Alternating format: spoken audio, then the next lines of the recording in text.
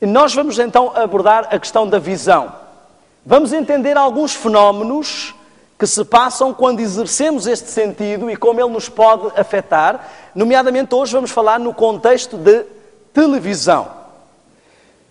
Bom, há pessoas que dizem que a televisão é a janela do diabo.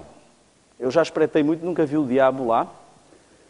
Mas eu hoje vou pular aqui toda a história da televisão em si, porque em termos oficiais não aparece o nome do diabo em nenhuma parte. O que interessa ressaltar, depois quem quiser pegar no PowerPoint pode ver mais ou menos os fenómenos da origem da televisão. O que interessa ressaltar é que esta caixinha mudou os serões. Dos anos 50 até aos nossos dias, revolucionou a forma como passamos o serão. Antigamente as famílias se reuniam todas juntas na sala de estar, à lareira, e os pais contavam histórias, os avós contavam histórias e ficava-se ali. Desde que surgiu a televisão, a reunião deixou de ser cêntrica e passou a ser voltada para a televisão. E porquê que um objetozinho tão simples, e principalmente se olharmos para as televisões dos anos 60, vamos perceber e ficar intrigados porque é que isto prendia tanto a atenção das pessoas. Aquela velha dúvida, como é que as pessoas entravam para aquela caixinha. Mas o que vamos entender é alguns fenómenos que estão por trás. Vamos ver algumas estatísticas. D.B. Smith, no livro TV or Not TV, nos diz algumas estatísticas. Nos anos 80, o lar americano médio mantinha o televisor ligado cerca de 7 horas por dia. Isto já lá iam alguns anos de televisão evoluindo. A criança média, a americana média, assiste cerca de 25 a 30 horas semanais. Por volta dos seus 18 anos, já terá assistido cerca de 15 mil horas de televisão. Em comparação, terá passado apenas 11 mil horas na escola, na sala de aula. Só existe uma coisa que fazem mais do que assistir televisão, é dormir. Reparem, 25 a 30 horas semanais, estamos a falar de uma grande média de horas a assistir televisão. É quase um dia de trabalho ou uma noite, não é? Se formos a juntar este tempo em média. Quem é que aqui já foi à escola? Posso ver as mãos? Bom, uma igreja escolarizada. Quem é que aprendeu a achar a raiz quadrada? Posso ver as mãos? Não baixem as mãos, por favor. Quem é que se lembra? Quem já se esqueceu vai baixar a mão. Só quem se lembra de como se acha a raiz quadrada é que mantém a mão no ar. Estão a ver? Das 11 mil horas que passamos na escola, metade vai-se embora. Algumas coisas nem sabemos porque é que aprendemos. Mas se eu perguntar acerca das 15 mil horas que passamos a ver televisão, talvez alguns ainda se lembrem das últimas palavras de um filme que assistiram já há 15 anos. Ou de uma novela, de como é que acabam as últimas cenas e tudo mais. Porquê? Porquê é que o que aprendemos na escola entra por um ouvido e sai por outro, e o que aprendemos perante a tela parece que fica retido? É isso que nós vamos entender. Quem mantém uma média diária de 3 horas e pouco diante da telinha, ao longo de 50 anos, terá passado 8 anos nessa atividade. 8 anos. E alguns dizem que não têm muito tempo para estudar a escola sabatina e a Bíblia. Imaginem o que não poderíamos fazer espiritualmente com 8 anos dedicados a coisas espirituais. Mas eu queria que entendêssemos alguns aspectos. Eu vou colocar uma questão. Será que isto nos afeta de alguma forma? Será que tem algum efeito negativo na nossa vida? Bom,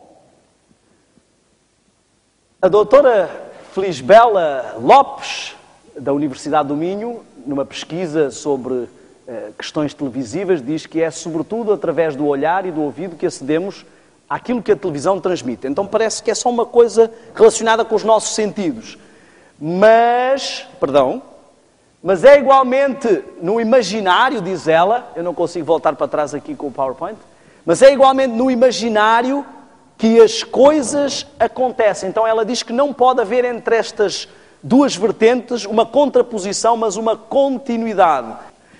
Mas, de qualquer forma, o que ela diz é que é assim, não podemos separar o fenómeno que acontece na nossa imaginação, na nossa mente, do fenómeno físico. Ou seja, aquilo que assistimos tem uma interação com aquilo que se processa na nossa mente. E eu queria mostrar algumas experiências que comprovam isso e que me surpreenderam bastante quando, nos anos 70, a experiência de Mulholland, nos anos 70, este homem dedicou mais de uma década a fazer pesquisas sobre interações da mente. Ele fez uma experiência, ele ligou 10 crianças ao eletroencefalógrafo enquanto assistiam ao seu programa favorito de televisão. E ao contrário do esperado, isto é muito interessante, não foram detectadas ondas beta. O nosso cérebro registra vários tipos de ondas, delta, teta, beta e alfa. Então, as ondas beta indicariam uma resposta ativa da mente, como quando lemos ou conversamos. Mas, ao contrário, foram apenas detectadas lentas ondas alfa, idênticas às produzidas em estado de coma ou transe. Eu acho que não era preciso nenhuma pesquisa científica para descobrirmos isto. Basta olhar para alguém que está a assistir televisão. Não é? É a melhor hora para as esposas pedirem aos esposos qualquer coisa. Posso comprar aquele vestido? Podes. Posso levar o teu cartão de crédito? Podes. Para os papás também, os jovens, é a melhor hora. Pai, posso levar o carro? Sim. Após 2 ou 3 minutos, eles se reclinaram para trás e geraram apenas ondas cerebrais alfa. Em 2 ou 3 minutos, depois de estar a assistir televisão, o cérebro já entra num estado semelhante ao de uma hipnose. Outra experiência muito interessante da Universidade de Harvard, o Dr. Barry Hazelton, ele ligou recém-nascidos também ao eletroencefalógrafo sob a exposição de uma luz intermitente semelhante à de uma TV, mas sem imagens. Após 15 minutos, os bebés pararam de chorar e geraram ondas semelhantes às do sono no eletroencefalógrafo, embora os seus olhos estivessem abertos e observar a luz. Não é à toa que os papás, quando os meninos não querem ficar quietos, os colocam em frente à televisão. E parece que aquilo tem um efeito magnífico. Ficam calados. Eu fiz a experiência com o Joel, quando ele era um pouco menor, e pulo em frente ao computador.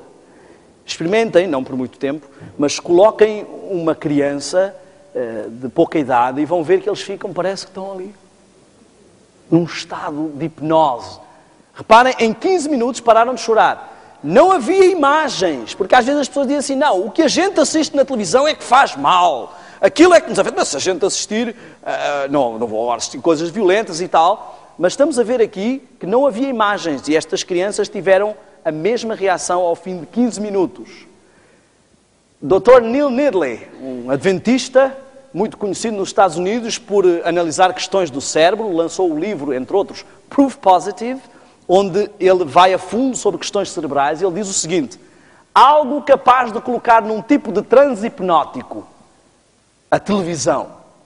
Fraca iluminação, luz intermitente, mudança brusca de cena a cada 3 a 5 segundos. Agora reparem neste detalhe.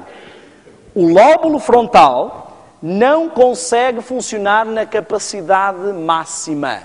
Grava a informação, a visão e a memória e as emoções, mas não analisa criticamente. Temos aqui um caso complicado. Porque normalmente, às vezes, vemos até um filme com uns palavrões, não é? E diz, a gente já sabe que isto não é correto. Ou um filme com uma cena um pouco mais, a gente diz assim, não, a gente já sabe que isto não é verdade, a gente já sabe que isto não é correto, a gente não vai acreditar nisto, a gente já sabe. Mas aqui diz que grava a informação, a visão e a memória, as emoções, mas não analisa criticamente. Reparem só no seguinte. Algo de estranho está a acontecer aqui. Quando nós queremos memorizar algo, o que é que fazemos? Repetimos várias vezes. 1 vezes 1, 1 vezes 2, 4, e assim vai. Vamos repetindo até entrar na nossa mente. Quando queremos gravar uma informação em alguém, uma das formas que se usa, pouco ortodoxa, é a hipnose. Já viram? Tu és uma galinha. E a pessoa começa ali a pensar que é uma galinha. Quando estamos em estado alfa, a mente está num estado semelhante ao de transe ou da hipnose. E por isso ela grava toda a informação. A luz intermitente, a mudança brusca de planos, todo este ambiente, e normalmente a sala semi-escura, propiciam a um foco de luz intermitente, mudanças bruscas, é uma repetitividade que nos dá um relaxamento. Por isso é que somos capazes às vezes de ficar horas ali com o comando na mão. Às vezes não está a dar nada de jeito, mas ninguém desliga, não consegue sair dali. Não é? Fica 1 hora, 2 horas, e depois lá aparece alguma coisinha e já ficamos mais umas 5 horitas só para acabar de ver. Olhem só. Agora, que tipo de informação é que as pessoas estão a gravar na sua mente e que tipo de efeito isto está a ter? Algumas estatísticas. Quanto mais tempo gastamos a ver televisão, menos tempo é gasto com questões intelectuais. Reparem, o quociente de inteligência e a perspicácia diminuem. As crianças que assistem mais televisão têm pior rendimento escolar, em geral, do que as crianças que assistem menos televisão. Porquê? Mas há mais. Há perda de estímulo à concentração.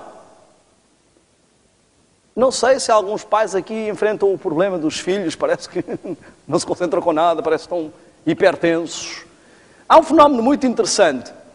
Os pais, para os filhos ficarem quietinhos, como eles ficam tranquilos em frente à televisão, ninguém te aguenta, então vais ficar aqui a assistir um filme. Em 2 ou 3 minutos essa criança entra em estado alfa e fica ali. Quando se desliga é como se saísse da hipnose, fica hiperelétrica, porque ela só consegue ficar tranquila sobre este efeito de relaxamento semi-hipnótico. E o pai, como já não aguenta mais, toca de pôr mais um filme, mais uma dose. Chega a um ponto onde ela está praticamente viciada neste estímulo e ela fica hiperativa, não consegue mais ficar quieta, senão com um estímulo destes.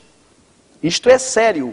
E eu posso dizer-lhes que é o seguinte, os meus filhos já nasceram, tinha eu acesso a esta informação e começámos a ser bem rígidos com eles, logo desde pequenos, em relação ao assistirem à tela. Os 2 primeiros praticamente não assistiram nada.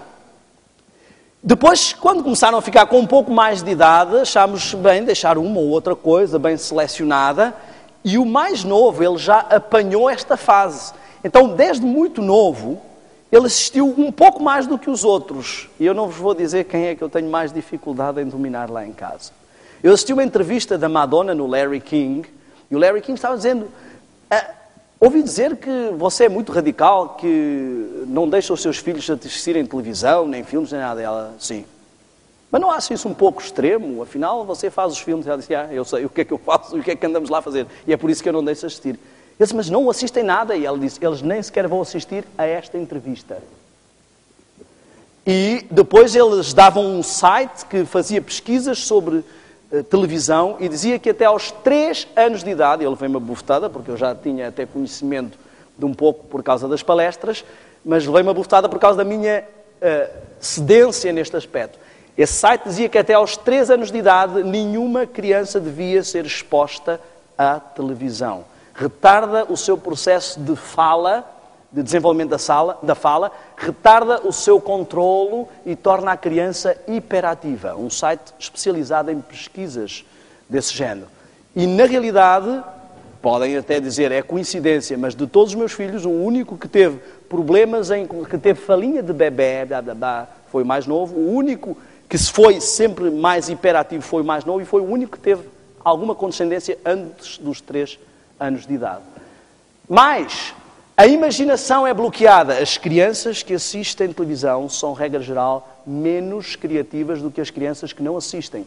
Porque a televisão apresenta um estímulo passivo. A informação já vem pronta. Não obriga a um estímulo ativo. Por exemplo, se eu começar a dizer aqui, olha, nós fomos uma vez para o norte do Brasil e andámos numa estrada, e era uma estrada, uma longa reta, e searas de um lado e do outro, e víamos lá ao fundo a paisagem, o horizonte, o sol a baixar. Cada um vai imaginar uma cena.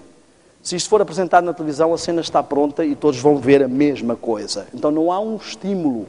Mas mais, há alguns casos mais críticos.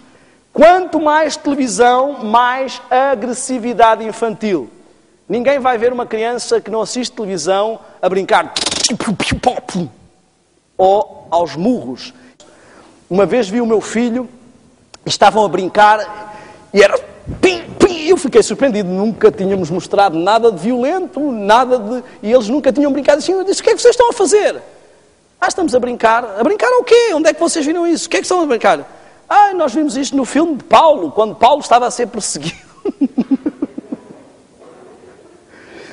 Eu disse, interessante. E na realidade, da primeira vez que eles viram esse filme, taparam os olhos e disseram, pai, olha o que é que eles estão a fazer, estão a bater em Paulo, mas Paulo é um homem de Deus, eles não podem fazer uma coisa dessas. E depois, uns tempos, passaram a orar por mim, cada vez que eu saía para pregar, para ninguém me bater, porque às vezes as pessoas que vão pregar... Hipoteticamente, se a televisão não se tivesse sido inventada, haveria hoje menos 10 mil homicídios por ano no ZEUA, menos 70 mil violações e 700 mil assaltos com feridos. Às vezes dizem, não, que exagero, isto não nos afeta assim tanto. A gente já sabe que aquilo não é correto. Se eu colocar uma arma na mão de qualquer um nesta sala, eu acredito que a maior parte sabe exatamente o que fazer, como puxar a culatra, como trocar o carregador, e nunca ninguém teve aulas de tiro. Onde é que aprendemos? Em estado hipnótico, em lições, nos filmes, nas novelas, naquilo que assistimos. Às vezes as pessoas têm reações que nem sabem porquê, e se forem analisar, são reflexos condicionados criados por aquilo que assistem. Bom, estereótipos raciais e sexuais, um dos grandes marcos da televisão e da mudança da sociedade é que ela condiciona a nossa forma de pensar e muda a estrutura psicológica da sociedade. Reparem, se há 30 anos atrás eu entrasse no escritório e dissesse, ei pessoal, tenho um anúncio a fazer, eu sou gay, o patrão ia-me chamar, vem cá à minha sala, e ia acontecer o quê comigo? Rua. Se hoje entrar no escritório e disser, ei pessoal, tenho um anúncio a fazer, eu sou gay, e o patrão me chamar até à sala dele e mandar para a rua, o que é que vai acontecer com o patrão? Processado. De onde é que vem? O que é que mudou? O que mudou é que nós temos sido bombardeados de que rejeitar isto é preconceito. Não é à toa que as novelas são acerca de espiritismo, vida para além da morte, lésbicas, só se escolhem destes assuntos, não é? Porque o objetivo é, enquanto está em estado alfa, toca a carregar a informação que nós queremos. Não é à toa que se gasta... Eu tenho uma palestra sobre televisão, sobre publicidade, nós não vamos falar muito sobre isso, mas não é à toa que se gasta milhões, bilhões em publicidade. Os publicitários vão dizer assim, não, isto não afeta nada. Mas quando vendem o produto deles, dizem, basta 2 ou 3 segundos e toda a gente vai comprar o seu produto. E não é à toa que o horário nobre, os preços vão lá para cima. Há até uma distinção no meio publicitário, que é o above the line e below the line. Ou seja, tudo aquilo que é nos mídias que têm grande influência, como televisão, ou tudo aquilo que são mídias de menos influência, que são papel e coisas assim. Perda de interesse escolar e pela leitura. Esta é uma pesquisa feita com 650 mil estudantes em 4 mil escolas diferentes. Quanto mais assistimos televisão, menos vontade temos de ler e menos interesse e concentração conseguimos ter. É por isso que hoje em dia a igreja se tornou uma coisa muito monótona. E nos programas de jovens, se não houver aqui alguém a dançar, a oferecer alguma coisa, ninguém vem. Tem que haver interesse, porque nós estamos habituados a hiperestímulos. Reparem, nós somos capazes de ficar até às 3 da manhã a tentar assistir ao final de um filme, mesmo assim já com os olhos a cair para o lado. Mas agora experimentem fazer a mesma coisa com a Bíblia. Eu digo que é a hora que as pessoas mais concordam com o que está escrito na Bíblia. Quando acordarem será 3 da manhã e não se lembram nem que passagem é que estavam a ler, não é? Hábitos de saúde e atitudes mesquinhos. Eu vi um cartoon extraordinário. Mostrava um jovem e uma televisão dos anos 80. E tinha a data. E depois mostrava 2010. A televisão tinha ficado mais fina e o indivíduo tinha ficado mais gordo. Este foi o processo inverso. Portanto, a televisão e a nossa barriga são inversamente proporcionais. Quanto mais fina fica a televisão, mais larga fica a nossa barriga. Porque os hábitos são... Há coisas que estão intimamente ligadas à televisão. O sofá e as pipocas. Ou as batatas fritas. E, em alguns casos, as cervejas ou os refrigerantes. Enfim. Mas eu queria que analisássemos um pouco o fenómeno do que se passa no nosso cérebro. E agora é que isto vai entrar no campo espiritual... E não só, e vamos entender porque é que isto tem efeitos na nossa vida imperceptíveis e resultados que nós nunca associaremos diretamente à televisão. Nós vamos falar um pouco sobre o lóbulo frontal. Temos várias partes no cérebro que interagem, mas eu queria focar-me no lóbulo frontal, que falava o Dr. Neil Nedley há pouco. O lóbulo frontal, qual é a importância desta parte da nossa mente? É onde assenta todo o juízo, a razão, o intelecto, a consciência, a espiritualidade, o estar ciente, a vontade e o poder de decisão. Ups! É o centro de comando do nosso ser. Se vocês fossem o diabo, eu sei que alguns quase que são, não é? Terríveis. Mas se vocês quisessem dominar alguém, sabendo que o lóbulo frontal é o centro do comando do domínio do indivíduo, por onde é que começariam? Eu queria que vocês prestassem bem atenção a este aspecto, porque nós vamos falar de várias atividades que exercemos com os nossos sentidos e vocês vão ver como a estratégia do inimigo é sempre a mesma. Começa por hipnotizar o lóbulo frontal, pô-lo em estado alfa, em estado de semi-transe, transe semi-hipnótica. Reparem, qual é o principal problema que nós enfrentamos hoje espiritualmente? Queremos fazer as coisas, mas não temos vontade e poder de decisão. Não há sinergia dinâmica para conseguir realizar o que sabemos que é correto. Mas, se formos ao ginásio todos os dias, vamos ficar com um grande físico. A minha esposa diz que eu fiz publicidade enganosa, porque antes de casar eu era assim, depois de casar eu fiquei assim. Então, se deixamos de ir, o que é que vai acontecer com todos esses músculos? Não sei se vocês já viram fotografias de Arnold Schwarzenegger na praia. Bom, não quero denegrir ninguém, mas o que eu quero dizer é que as pessoas que param de exercitar, tudo aquilo vai se transformar em não tão musculado. A mesma coisa acontece com a nossa mente. Se nós passamos muito tempo numa atividade que não estimula a sua dinâmica proativa do lóbulo frontal, do centro de comando, reparem, aqui é onde assenta o juízo, a capacidade de avaliar o certo e o errado, a razão, o intelecto, a consciência e a espiritualidade. Quando Deus comunica connosco, isso acontece no lóbulo frontal. E onde podemos tomar decisões, o que faz a diferença entre um ser mais inteligente e um ser menos inteligente é a diferença entre o seu lóbulo frontal em relação ao resto do cérebro. Quanto maior o lóbulo frontal proporcionalmente ao resto do cérebro, mais inteligente a criatura. O ser humano é o que tem a maior proporção. E aqui é onde está o poder de decisão. Se passamos muito tempo a manter em estímulo nulo esta parte da nossa mente, ela não vai ter a dinâmica que nós queríamos. Mas agora eu queria mostrar algo ainda mais interessante. Não sei se vocês já ouviram falar da luta entre a carne e o espírito, ou das duas naturezas, das duas feras. Se eu alimentar uma, a carnal, ela vai ganhar a outra. Se eu alimentar a outra, ela vai ganhar a uma. Não é? Então, eu queria que nós entendêssemos um pouco do que se processa. Nós vimos a parte racional e agora vamos ver um pouco do que tem a ver com a parte física, hormonal e emocional. Estes dois órgãozinhos, o tálamo e o hipotálamo controla as excreções e as glândulas, bem como os hormônios, a citação é brasileira, e o tálamo é o posto de intercomunicação de todas as emoções, sensações e sentimentos. Então vamos pensar aqui numa coisa muito interessante. Eu estou a assistir televisão.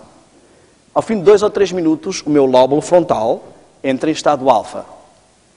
Ou seja, a parte de domínio, a parte intelectual, a parte de interação espiritual, de discernimento moral, está desligada. A informação é gravada porque ela está ali como um disco aberto, sem nenhuma password de entrada. E ao mesmo tempo eu estou a assistir a cenas que estimulam o meu tálamo e o meu hipotálamo, estimulam todo o meu sistema límbico, estimulam as minhas emoções. Se eu estou a assistir a um filme de ação, uma perseguição, o policial, aquelas coisas todas, o meu corpo está todo cheio de adrenalina. Ou seja, todo o corpo está em ação dinâmica, o tálamo e o hipotálamo estimulados, a produção de adrenalina, mas a mente está... Se eu estou a assistir a um filme romântico, eles chamam romântico aqueles filmes bem pesados de sexo, se eu estou a assistir a um filme desses, eu estou a produzir hormonas sexuais, o meu corpo começa a ficar cheio. Depois o que é que acontece com o jovem?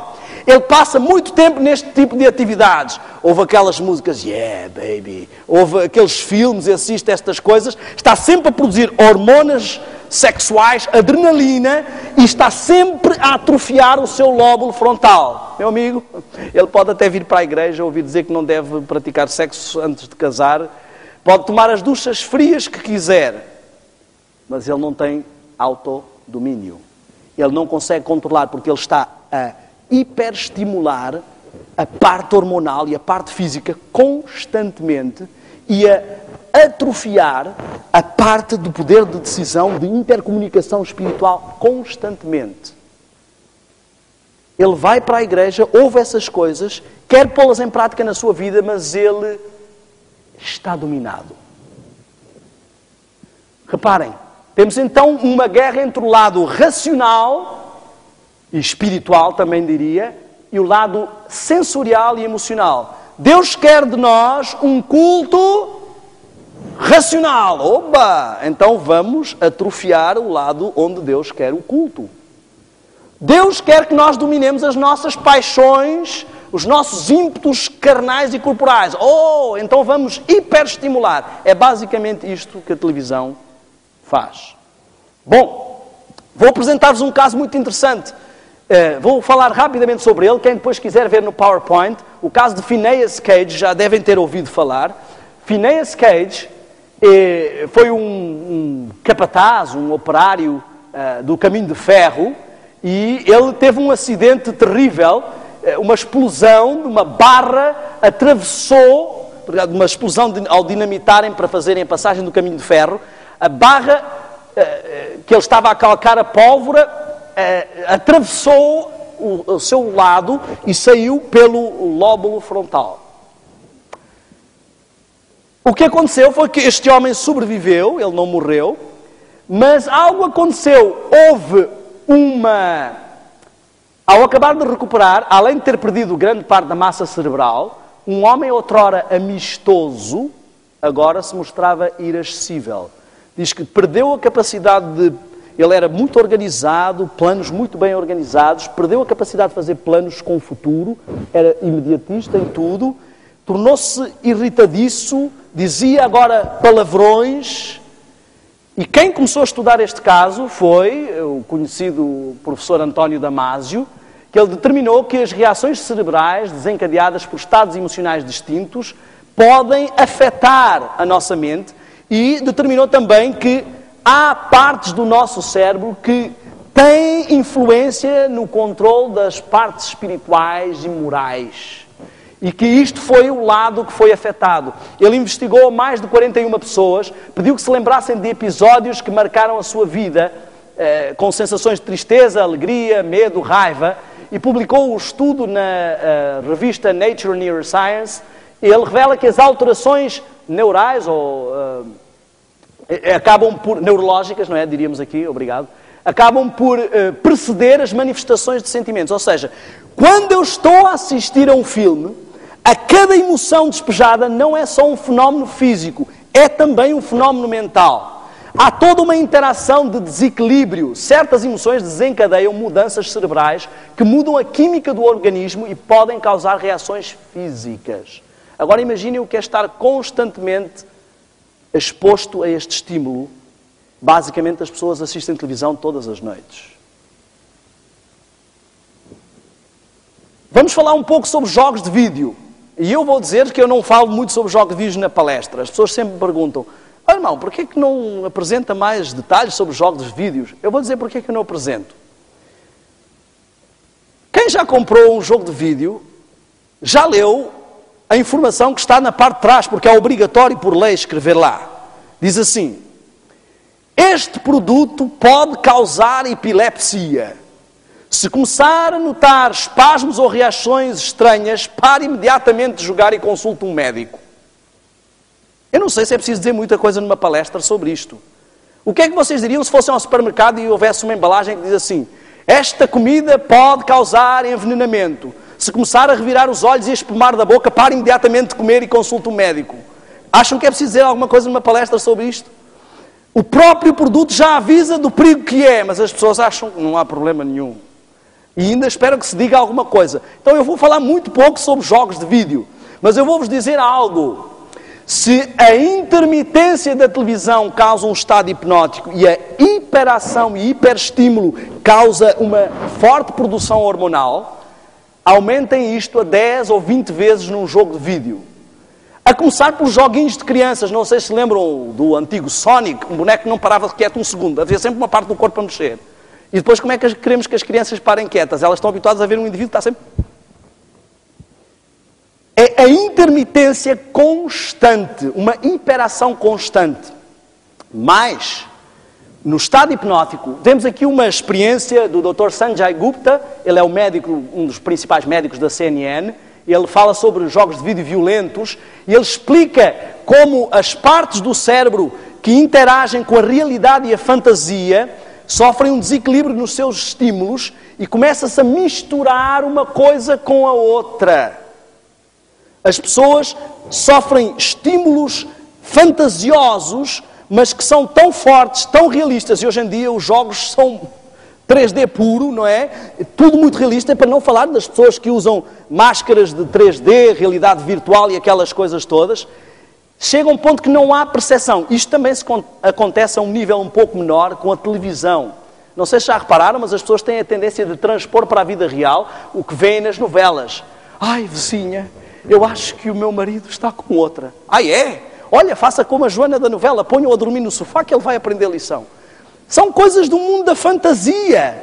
E as pessoas transportam para a realidade como se fosse a lição. Nos Estados Unidos, uma das coisas que a gente reparou é que os polícias, parece que estamos a ver um filme.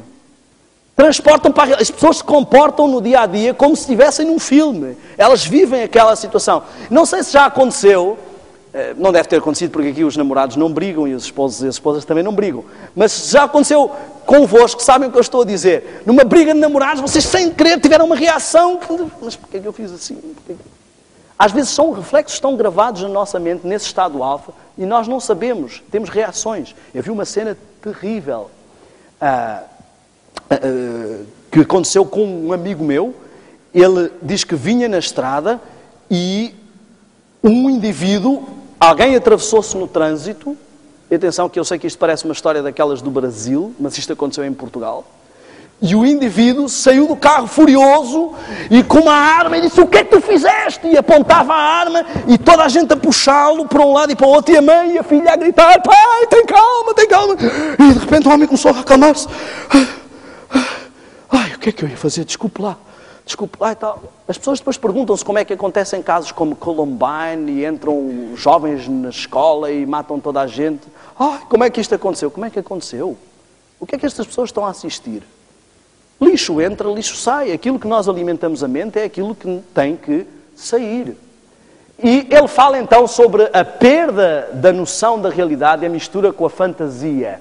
Então o que nós temos, se representássemos graficamente, é que o estímulo intelectual, de discernimento, espiritual, de força de vontade e poder de decisão é diminuído ao máximo, e o estímulo das coisas físicas, hormonais, carnais, é aumentado ao máximo. Eu acho que não preciso de falar sobre televisão, basta que olhemos para a programação.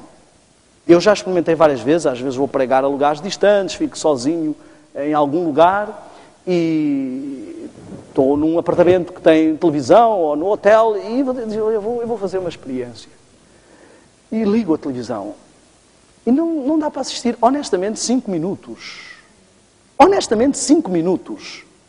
Claro que se estivermos muito absortos naquilo, nós não distinguimos, mas se estivermos a olhar com sentido crítico, são 5 minutos e começa logo, há sempre alguma coisa. Até nos horários infantis é perigosíssimo. Às vezes, no intervalo de um programa infantil, vem um anúncio de um programa que vai dar à noite. E as crianças ficam logo ali bombardeadas. Eu quero dizer-vos que eu sou apaixonado por televisão. E eu sei que há pessoas que dizem assim, não há problema termos televisão em casa, desde que a gente saiba controlar e assistir com senso. É por isso que eu não tenho televisão em casa. E eu acredito que deva ser assim, que deve haver pessoas que conseguem se controlar. Ainda não conheci nenhum. Mas quando eu conhecer, eu vou comprovar que existem pessoas que conseguem dominar a televisão. Normalmente são as que não gostam nada dela é que conseguem dominar. As que gostam têm muita dificuldade. Agora eu queria que entendêssemos algo muito importante. A lei de Deus, que representa o caráter, onde é que Deus quer gravar a sua lei? Ele diz assim em Deuteronômio 6. Temos aqui alguns erros, depois para corrigir, a versão nova já vem com correções. Estas palavras que hoje te ordeno estarão no teu coração. Domínio sobre o emocional.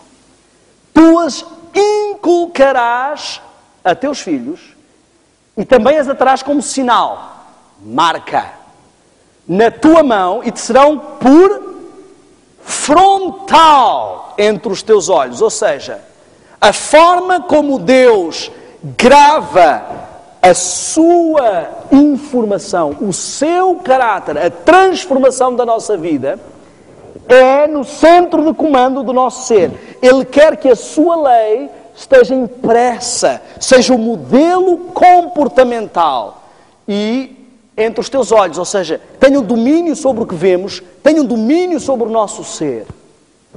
Interessantemente, eu queria que entendessem algo muito sério, porque é exatamente aí que o inimigo quer gravar o contrário da lei de Deus. Olhem só, pensem só. A lei de Deus representa o seu caráter. Deus quer gravar no centro do comando do nosso ser um modelo comportamental semelhante ao dele. E exatamente aí, em contraposição, o diabo quer gravar um modelo comportamental oposto ao de Deus. Existem muitas pessoas preocupadas se o sinal da besta é um código de barras, se é um 666 na testa. Já até ouvi dizer que é o www da internet, porque é V1, 666, que é o 666 dos cartões de crédito, do código de barras. Pode até ser que essas coisas façam todas parte de um sistema de controle. Agora, honestamente, em vez de estar preocupados com como é o sinal da besta, eu estaria mais preocupado... Perdão, em vez de estar preocupado com o que é o sinal da besta, eu estaria mais preocupado com como é o sinal da besta. Porque, na realidade, muitos adventistas estão a dizer: quando sair o decreto dominical, eu estou por Deus. Se repararmos bem, do decreto dominical, a questão ali é o sábado, a autoridade de Deus, o selo, a marca de Deus, que é o culminar de toda a sua lei. O selo é a autoridade da lei. Ou seja, é o selo final que aprova o caráter dos seus filhos. Quando formos selados, significa que Deus está a dizer, este produto está aprovado, este filho reflete o caráter de Deus, a lei de Deus. E o sábado não é uma coisa isolada, é o símbolo dessa autoridade. E o inimigo já está a gravar na mente de muitos adventistas o contrário, uma outra autoridade, um outro modelo comportamental, um outro perfil de caráter. E eles estão tranquilamente a deixar. Mas acham que quando chegar o decreto dominical vão tomar uma decisão muito sólida. Quando chegar o decreto dominical nós vamos apenas exteriorizar o caráter que está gravado no centro de comando do nosso ser. Por que é que esperamos decidir por Deus quando sair um decreto, se sem haver decreto nenhum não conseguimos nem tomar uma decisão por Deus? Nem às vezes dar prioridade às coisas espirituais em vez das outras que nos atraem. Nem às vezes ler a Bíblia em vez de assistir a um filme. Nem às vezes fazer um serão ou vir para uma reunião de oração em vez de irmos para uma festa. Mas quando sair o decreto dominical vamos tomar a decisão. Meus amigos, na realidade o inimigo já está a gravar o sinal da besta na mente de muitos. No final ele só consumará esse ato. Reparem, quando Deus quer gravar na nossa mente, no lóbulo frontal, não roubarás, Ele grava em estado hipnótico alfa na nossa mente roubos perfeitos. Onde Deus quer gravar na nossa mente não matarás, Ele grava em estado hipnótico crimes violentos. Onde Deus quer gravar não cobiçarás, Ele grava inveja e ciúme. Onde Deus quer gravar não mentirás, Ele grava um mundo irreal da fantasia, da mentira. Não adulterarás, Ele nos mostra sexo sem limites. Não dirás falso testemunho ou palavras vis, é o que Ele nos vai gravar. Não terás outros deuses, Ele faz com que este objeto se torne um Deus e que as coisas que Ele apresenta se tornem os nossos modelos e ambições. Metade das coisas que ansiamos, das dívidas que temos, daquilo que buscamos, surge dos mundos fantasiosos que são criados na nossa mente. Eu arrisco a dizer aqui, sem medo algum, que 90% dos casamentos destruídos podem agradecer à televisão. É criado na mente do homem um modelo feminino que ele vai perseguir, esquecendo maquilhagem, Photoshop. Ele vai perseguir aquele modelo. E muitos homens estão infelizes com o corpo da sua esposa, com a intimidade da sua esposa, porque criaram uma fantasia na sua mente que não conseguem atingir. E as mulheres ficam à espera que venha aquele homem no cavalo branco, todo gentil, que abre a porta do carro e aparece um homem no cavalo preto que é um brutamontes. E elas ficam frustradas. Criam mundos que são realidades que não existem. E nós perseguimos essa realidade. Eu não estou a falar contra ninguém. Eu estou a falar de mim mesmo. Eu vivia correndo atrás do vento, como diz Salomão. Atrás de uma ilusão de fantasia, de felicidade, de momento, de prazer, de bem-estar, de algo que eu sei que existe. Saímos dos filmes inspirados por isto. Saímos com esta realidade, vivemos e respiramos estas fantasias e perseguimos isso na nossa vida. Queremos encontrar isso. Eu descobri uma coisa. Os feios não sabem amar. Eu sou a única exceção. Os feios... Vocês já viram algum filme romântico que o casal fosse feio? O amor é para os lindos. Até as pessoas mais feias saem para a rua, querem casar e têm que ser com uma pessoa bonita, porque foi isso que viram nos filmes. Nos filmes, a coisa mais romântica que há é lavar a louça. Tu é que lavas a louça sempre lá em casa? É briga lá em casa. Hoje lavo eu. Não, hoje lavo eu. É assim, não é? Mas nos filmes aquilo é maravilhoso.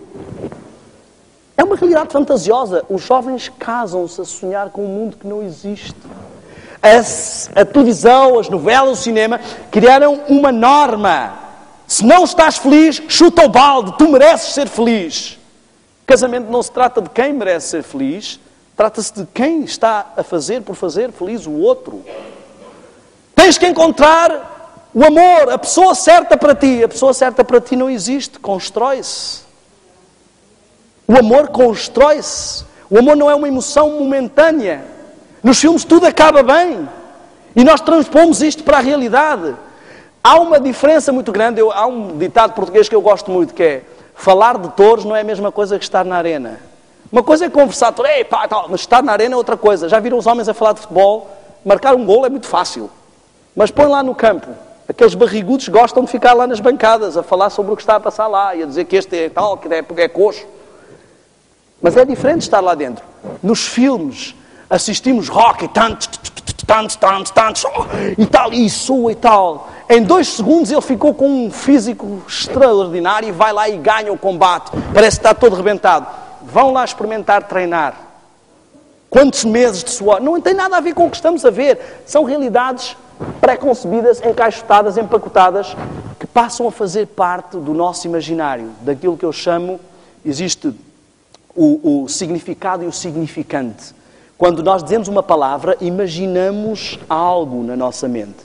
E o que acontece é que a televisão cria novos significantes, ou novos significados para cada significante da nossa vida. Amor passa a ter uma imagem latente. Felicidade passa a ter uma imagem latente. Mulher perfeita passa a ter uma imagem latente. E nós vivemos numa ilusão. Muitos, se não se aperceberem disso, vão ser infelizes nos seus casamentos, vão ser infelizes em tudo. E na sua vida espiritual vão ser um traste. Não vão ter dinâmica nem força espiritual. Eu quero dizer-vos o seguinte. Eu passei anos a tentar ultrapassar pecados acariciados da minha vida, que no dia em que a minha esposa me disse, lá nos Estados Unidos, que eu era a janela do diabo naquela instituição missionária, e que eu caí na real, e comecei a decidir mudar a minha alimentação, mudar os meus hábitos de vídeos e de filmes, mudar os meus hábitos de música, de repente eu descobri que havia ali uma força que Deus punha à minha disposição, que estava a ser bloqueada. E é isto que eu queria que vocês experimentassem ao longo desta semana. As obras da carne são a adultério, a prostituição, a impureza, a lascívia, a idolatria, a feitiçaria, as inimizades, as porfias, as imolações, as iras, as pelejas, distensões. Parece que estamos a descrever uma novela. Não parece um filme? É exatamente isto que eles apresentam. Vocês estão a alimentar-se diariamente das obras da carne e esperam produzir obras do Espírito.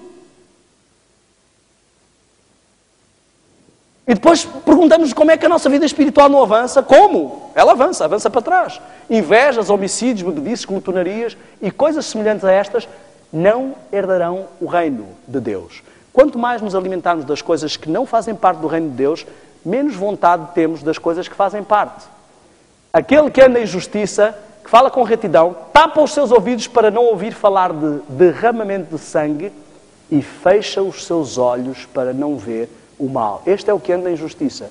Não diz lá para não fazer o mal, nem sequer para ver. Aquele que contempla é conivente com o que faz. Paulo, quando viu o apedrejamento de Estevão, foi conivente. E quando nós estamos a assistir aquilo que se passa na televisão, estamos a ser coniventes com o que se passa.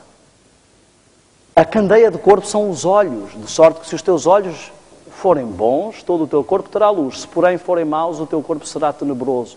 Se, portanto, a luz que em ti são trevas, quão grandes serão tais trevas? Como é que está a luz do seu corpo? O que é que está a alimentar? Se o teu olho te escandalizar, arranca-o e atira-o para longe de ti. Não é preciso tanto, basta atirar a televisão. Se ela te está a escandalizar, ai, que fanatismo, deitar a televisão fora. Eu prefiro entrar no reino do céu sem televisão e ser um fanático de ficar do lado de fora por ela me levar e arrastar e alimentar de forma negativa. Meu amigo, isto é a coisa mais normal do mundo. Tens um câncer no pé, não vais dizer assim, mas o meu pé, eu amo o meu pé é lindo, eu quero o meu pé. Que disparate cortar o pé. É preferível cortar o pé fora e ficar com o resto do corpo bom do que o câncer se espalhar por todo o lado. Se vais continuar nessa ilusão de que vais dominar a televisão, bem-vindo ao mundo dos sonhos. Há pessoas que passaram o resto da vida assim. Eu posso dizer-vos que descobri que desde que descartámos a televisão da nossa vida, ela afinal não fazia falta nenhuma lá em casa. E vocês vão descobrir o mesmo. Vão descobrir que têm tempo para mil e uma coisas que nem pensaram que tinham. E quanto mais assistem televisão, menos vontade têm de outras atividades. Os meus filhos, a nossa meditação em casa, a minha esposa lia um pouco da Bíblia, um pouco de um livro, fazíamos algumas coisas, contavam uma história.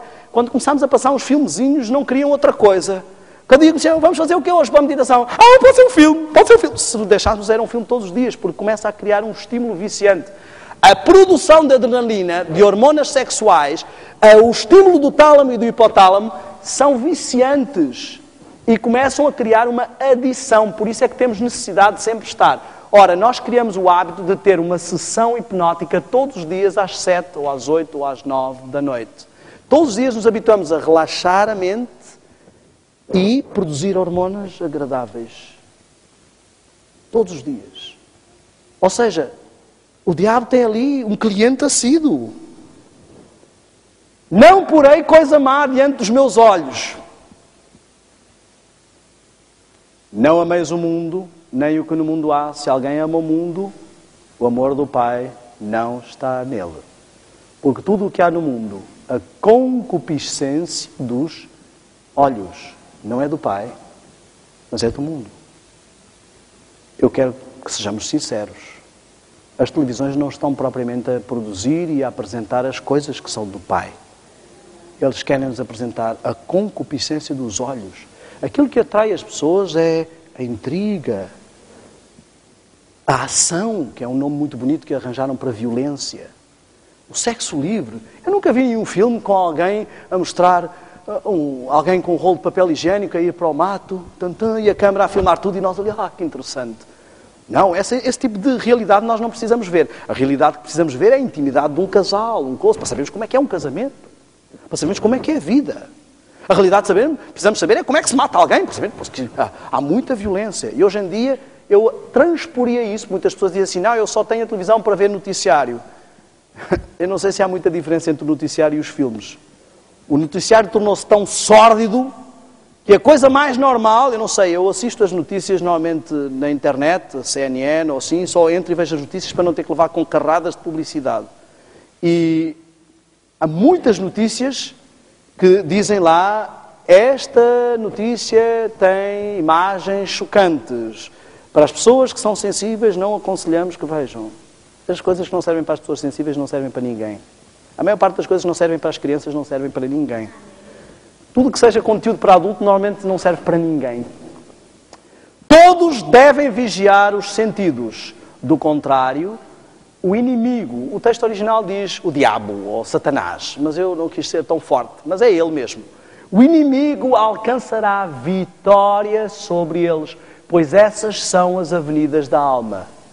Meu amigo, o que eu quero que entendamos é isto. Hoje falamos só de um aspecto da visão. Amanhã vamos ver como este fenómeno se estende aos filmes, à indústria cinematográfica. Depois vamos entrar na indústria da música. Depois vamos entrar na indústria da alimentação. E nós vamos ver como o truque do diabo é rodear-nos de estímulos por todos os lados que têm este mesmo efeito sobre nós. Sem nos apercebermos, a maior parte de nós está adormecido e entorpecido. Está hiperestimulado física e carnalmente e atrofiado em tudo o que tem a ver com a interação com Deus. Hoje falamos só de um aspecto. Vamos ver isto durante a semana toda. Eu queria terminar esta noite com um desafio. Eu assisti a cerca de 2 filmes por dia, e à segunda-feira, que os cinemas são mais baratos, não sei, na altura eram mais baratos em Portugal, eu assisti a cerca de 3, 4. Quando eu fui para a instituição missionária nos Estados Unidos, eu levei uma pilha de filmes de um lado e uma pilha de músicas do outro.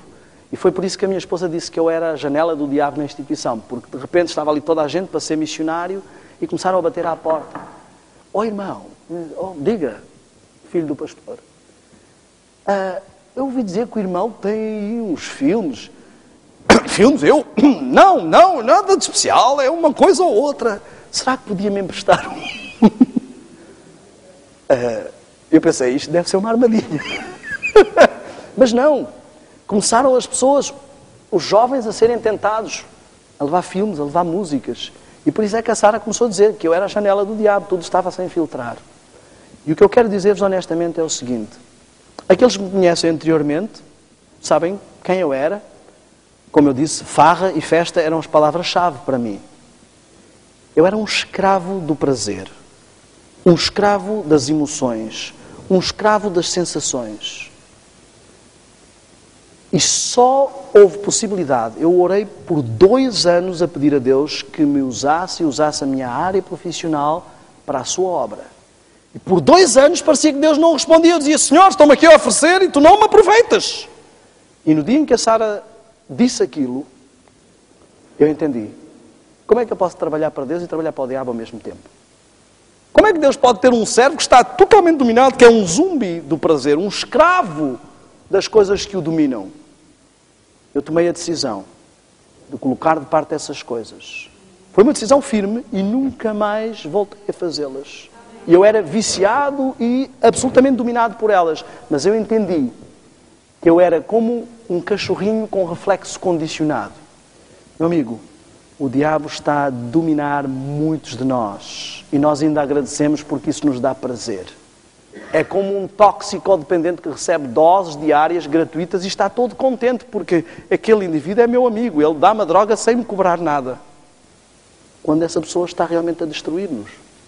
Eu quero dizer-vos, aqueles que aceitaram o desafio, não precisam acreditar em nada do que eu digo aqui nestas palestras. Só façam uma experiência. Passem 40 dias sem essas coisas e vocês vão ver uma diferença brutal na vossa vida. Vocês vão descobrir porque é que a vossa vida espiritual não avança. E eu volto a dizer, hoje só estou a falar de uma coisa. Vocês vão descobrir porque é que a nossa vida espiritual é um traste. Eu abandonei essas coisas e em poucos meses me tornei um pregador e a minha vida mudou totalmente. E hoje sou um missionário, sinto-me feliz.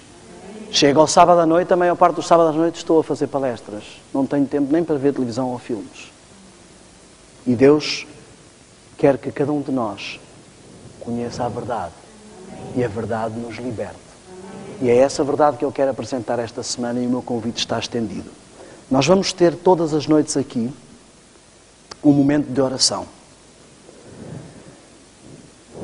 E hoje o desafio é a televisão. O desafio que vamos levar para casa. A televisão é o Golias de muitos lares. E muitos de nós nos sentimos mais pequeninos do que Davides. Mas eu queria que entendêssemos a lição que Deus nos ensina ali. A lição que Deus nos deu foi: aqueles que vão entrar na terra prometida são os que confiarem no meu poder para vencer gigantes. E a lição foi que Davi era o menorzinho de todo o povo de Israel. Todos em Israel tinham mais condições para enfrentar Golias do que Davi. E ninguém entre os filisteus tinha mais condições para enfrentar o povo de Israel do que Golias. E Deus mostrou que o maior monstro do inimigo pode ser vencido até pelo menorzinho do povo dele, se ele disser assim: eu venho a ti em nome do Senhor dos Exércitos. Todos estavam a pôr a força nas suas armaduras, nas suas técnicas de guerra, e por isso é que não venceram. Eu já contei ontem aqui a minha experiência com o YouTube. E eu estou aqui apenas para dizer o seguinte: a ti, que tens andado por anos sem vencer os teus gigantes e sem achar que é possível, o motivo por que Deus me enviou à tua igreja esta semana é este. É para que olhes e vejas, se aquele indivíduo pôde, pelo poder de Deus, eu também consigo. Eu quero que esta noite acredites que é possível, que reflitas sobre o que falámos aqui. Eu vou ser sincero, ninguém aqui precisava de uma palestra sobre televisão para saber que aquilo não presta. Isto foi informação supérflua. Mas Deus quer mesmo assim lembrar, filho, há coisas que tu já sabes, mas que não queres tomar uma decisão. Nós vamos também aprender nestes dias e falar um pouco sobre oração. Oração interativa. A maior parte de nós pede e nada tem porque não sabe pedir. Porque pede para gastar nos seus deleites ou não sabe realmente como pedir. Nós vamos aprender a pedir e ver a resposta.